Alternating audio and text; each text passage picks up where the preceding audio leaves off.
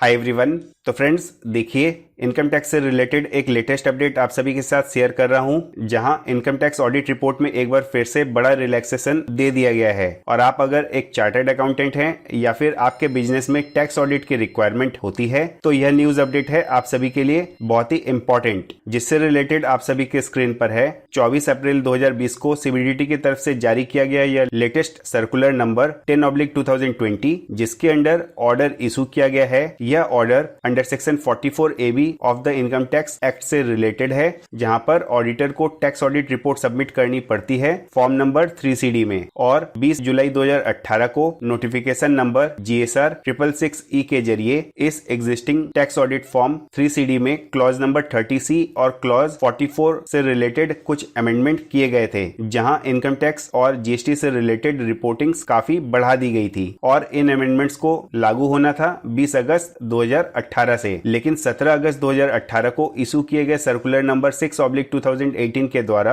इन amendment से related reporting की requirement को डिफर कर दिया गया था 31 मार्च 2019 तक। और उसके बाद सर्कुलर नंबर 9/2019 के द्वारा इन अमेंडमेंट से रिलेटेड रिपोर्टिंग की रिक्वायरमेंट को फिर से डिफर कर दिया गया था 31 मार्च 2020 तक। और tax audit form number 3CD में जो अमेंडमेंट्स किए गए थे उनके अंडर दो नए क्लॉज को इंटर किया गया था, जहां पर फर्स्ट क्लॉज है क्लॉज 30C, जो कि general anti avoidance rules GAAR से रिलेटेड है, जहां पर अगर कोई भी SSC during the previous year किसी दूसरी पार्टीज के साथ ऐसे अरेंजमेंट में एंटर करता है जो कि इम्परमिसिबल और अवॉइडेंस अरेंजमेंट है, तो उस सिचुएशन में अगर एसएससी और जिस पार्टीज के साथ वह इम्परमिसिबल अरेंजमेंट में एंटर करता है और उस पर उन सभी पार्टीज और एसएससी को होता है कोई टैक्स बेनिफिट, तो उस सिचुएशन में टैक्स ऑडिटर को स्पेसिफाई करनी पड़ेगी या दो इन्फॉर्मेशन, जहां पर पहले उन्हें मेंशन करना पड़ेगा कि एसएससी के द्वारा दूसरी पार्टीज के साथ जो इम्परमिसिबल अवॉइडेंस अरेंजमेंट में एंटर किया गया है उसका नेचर क्या है, और दूसरी इन्फॉर्मेशन जो स्पेसिफाई करनी पड़ेगी उसके अंडर एसएससी जब दूसरी पार्टीज के साथ इम्परमिसिबल अरेंजमेंट में एंटर करता है ड्यूरिंग द प्रीवियस ईयर, तो उससे एसएससी और दूसरी पार्टीज को जो भी टैक्स का बेनिफिट होता है उसे भी मेंशन करना पड़ेगा। और फ्रेंड्स, जो सेकेंड क्लॉज है